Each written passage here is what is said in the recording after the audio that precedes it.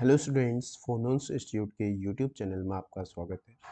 आज की वीडियो में डिस्कस करूंगा जेई मेंस सितंबर 2020 का एक क्वेश्चंस जो कि रिलेटेड है सेंटर ऑफ मास से। क्लियर, मोस्ट इंपॉर्टेंट क्वेश्चंस है। तो क्वेश्चन रीड आउट करते हैं।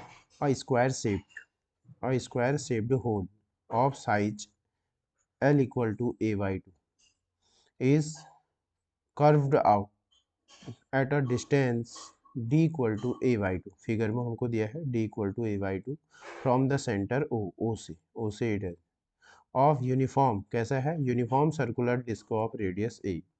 If the distance of the centre of mass of the remaining portion from o is minus a upon x, x है बोल रहा है डिस्टेंस, देन हमको क्या करना है, x की वैल्यू को फाइंड आउट करना है। तो मोस्ट इंपॉर्टेंट क्वेश्चन है।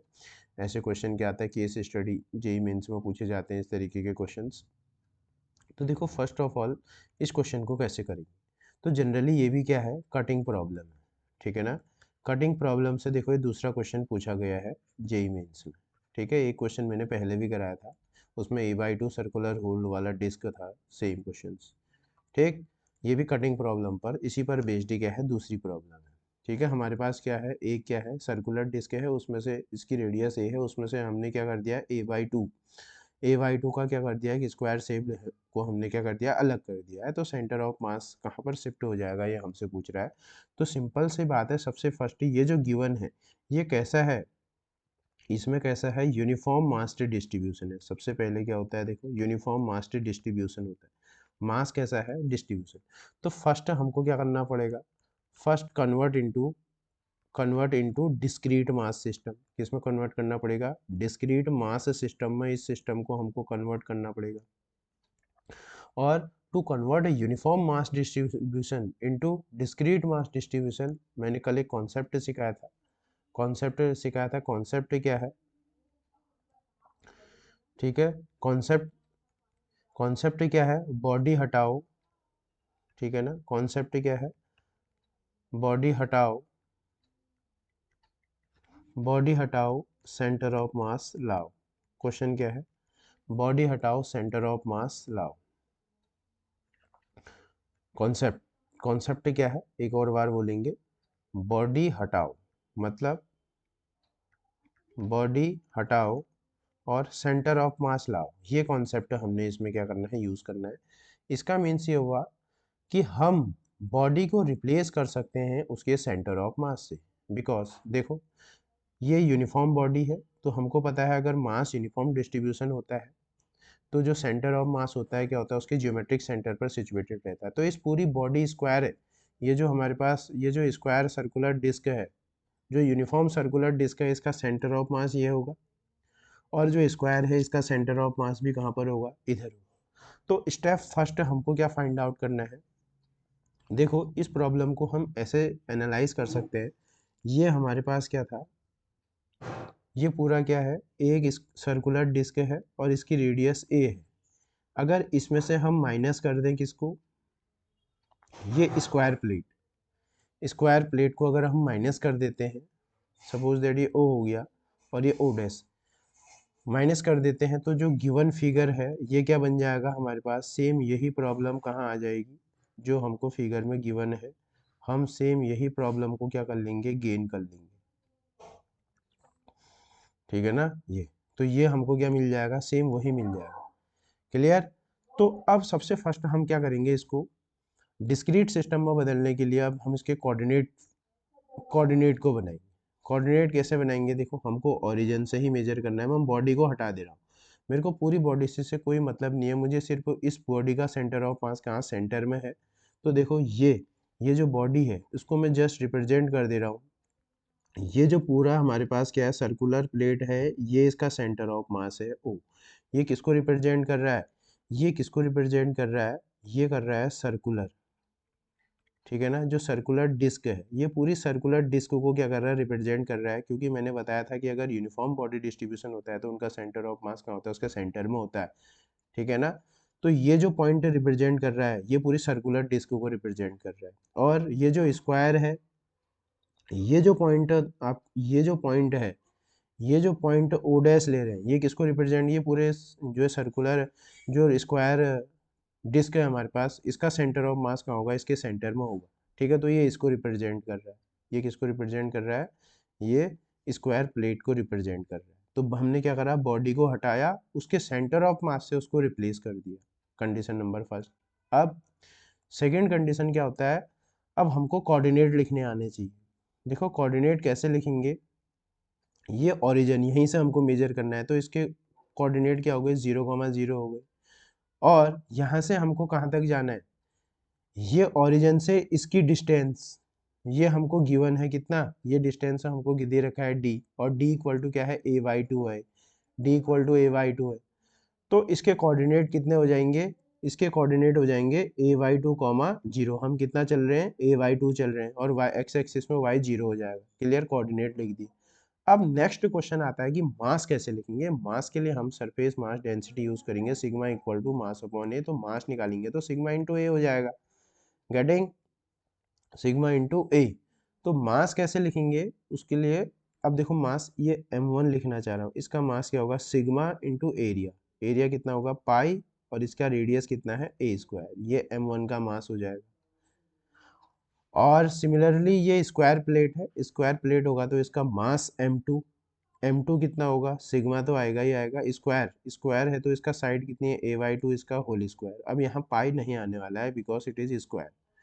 ठीक है, तो अब हमको क्या मिल गया पता, हमको सब कुछ मिल चुका है। हमको क्या मिल गया है, x1 y1 मिल चुका है, और x2 y2 मिल चुका है, और m1 मिल गया है, और m2 मिल गया है। तो अब हम सीधे सीधे अब फॉर्मूले लगाते हैं, यह सारा काम XCM में हो रहा है। तो m1 x1 minus m2 x2 upon m1 minus m2। अभी तक का मैं क्या कर रहा था, प्रीवियस क्वेश्चन में मैंने प्लस किया था। प्लस करने के पीछे रीजन, वहाँ किसी को मैं एलिमिनेट नहीं कर रहा था, पर यहाँ जो ये माइनस साइन रिप्रेजेंट कर रहा है, ये माइनस साइन इसके लिए आ रहा है क्योंकि मैं क्या कर रहा हूँ, इस पूरे डिस्क में से कुछ कट कर रहा हूँ। ये माइनस साइन ये रिप्रेजेंट कर रहा है कि मैंने पूरे डिस्क में से कुछ चीज कट कर रखा है, रिमूव कर रखा है, तो इसलिए माइनस यहाँ पर आ रहा है। ठीक है, अब हम क्या करते हैं, वैल्यूज पुट करते हैं। वैल्यूज पुट करेंगे, देखो m1 हमको पता है कितना, sigma pi a square m1। और x1 कितना होगा, x1 देखो, x1 कितना है, 0।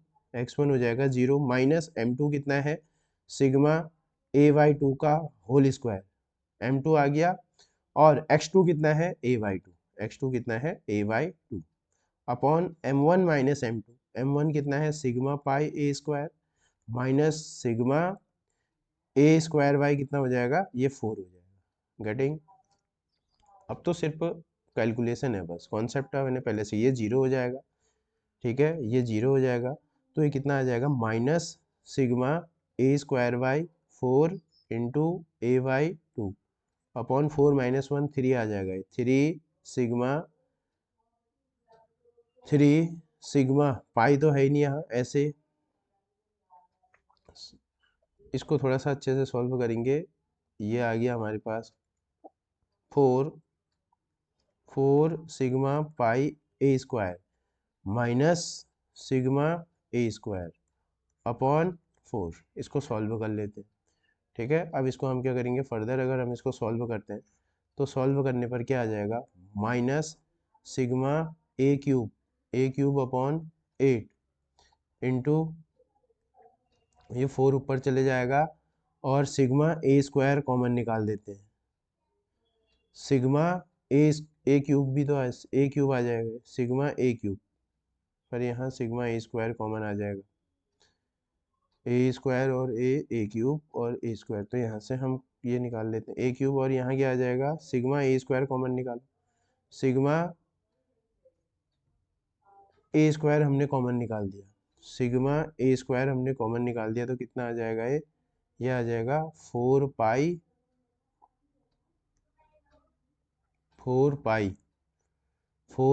माइनस 1 आ जाएगा, इस तरीके से 4 पाई माइनस 1 आ जाएगा। क्लियर, अब देखो फर्दर सॉल्व करते हैं इसको। फर्दर सॉल्व करने पर क्या होगा, ये 4 2 जा 8 हो जाएगा।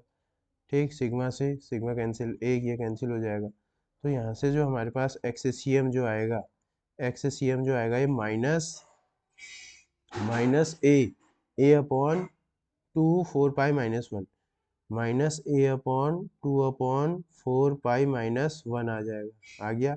बस अब हमको एक्स की वैल्यू इक्वेट करनी है।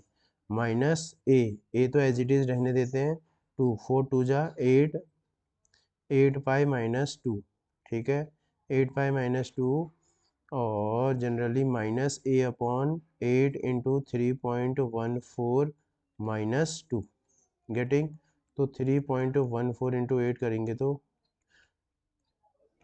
ठीक है, और 24 और एक 25, ये आ जाएगा, कितना आ जाएगा, इसमें से 2 माइनस करेंगे तो 23, माइनस ए अपॉन 23.12 के आसपास आ जाएगा,